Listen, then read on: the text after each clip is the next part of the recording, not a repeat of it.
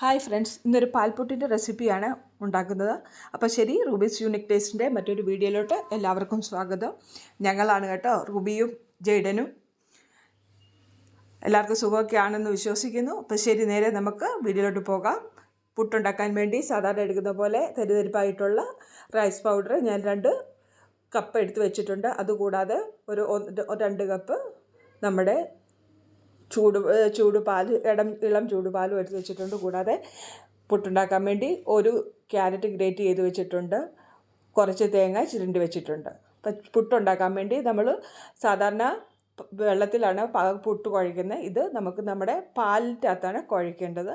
അപ്പോൾ പാലിൻ്റെ അകത്ത് ഞാനത് കുഴച്ച് കാണിക്കുവാണ്. കുറേശ്ശെ ആദ്യം കുറച്ച് പാൽ അതിലോട്ട് ഒഴിച്ച് വെച്ചിട്ട് ഒരു 10 മിനിറ്റ് അതൊന്ന് സോക്ക് ചെയ്യാൻ വയ്ക്കുക. അത് കഴിഞ്ഞ് എടുക്കുമ്പോഴത്തേക്കും നല്ല ഇതായിട്ട് അത് കുഴഞ്ഞ് കിട്ടിയിട്ടുണ്ട്. ആ സമയം കൊണ്ട് കുക്കറിലോട്ട് കുറച്ച് ജീരകവും ഇട്ട് കുക്കർ അടച്ച് സ്റ്റീം വരാൻ വേണ്ടി പുട്ട് കുറ്റി വെച്ചിരിക്കണം.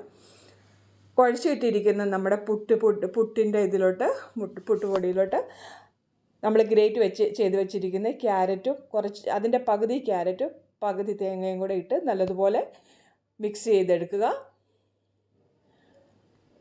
നമ്മുടെ പുട്ടുപൊടിയിൽ ക്യാരറ്റും തേങ്ങയും കൂടെ നല്ലതുപോലെ പിടിക്കണം. കണ്ടല്ലോ. അത് കഴിഞ്ഞിട്ട് നമുക്ക് പുട്ടുണ്ടാക്കാൻ പോകാം.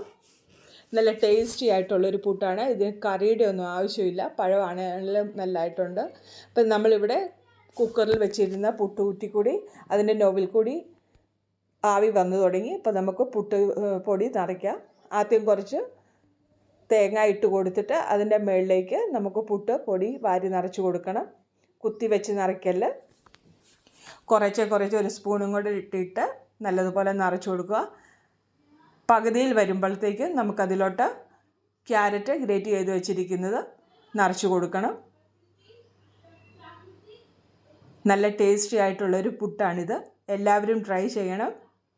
ഞാൻ ഇന്നാൾ വെജിറ്റബിൾ പുട്ട് കാണിച്ചിട്ടുണ്ടായിരുന്നു. അതുപോലെ തന്നെ അതിലും ടേസ്റ്റി ആയിട്ടുള്ളതാണ്. ഇതിൻ്റെ അകത്ത് നിങ്ങളുടെ കയ്യിൽ പാൽപ്പൊടി ഉണ്ടെങ്കിൽ നിങ്ങൾ പുട്ട് നനയ്ക്കുന്ന സമയത്ത് പാൽപ്പൊടിയും കൂടെ യൂസ് ചെയ്യാവുന്നതാണ്. പാൽപ്പൊടി ഇല്ലാത്തതുകൊണ്ടാണ് ഞാൻ പാലെടുത്തത്. ബാക്കി പുട്ടുപൊടിയും കൂടെ ഇട്ട് നിറച്ച് കൊടുക്കുക.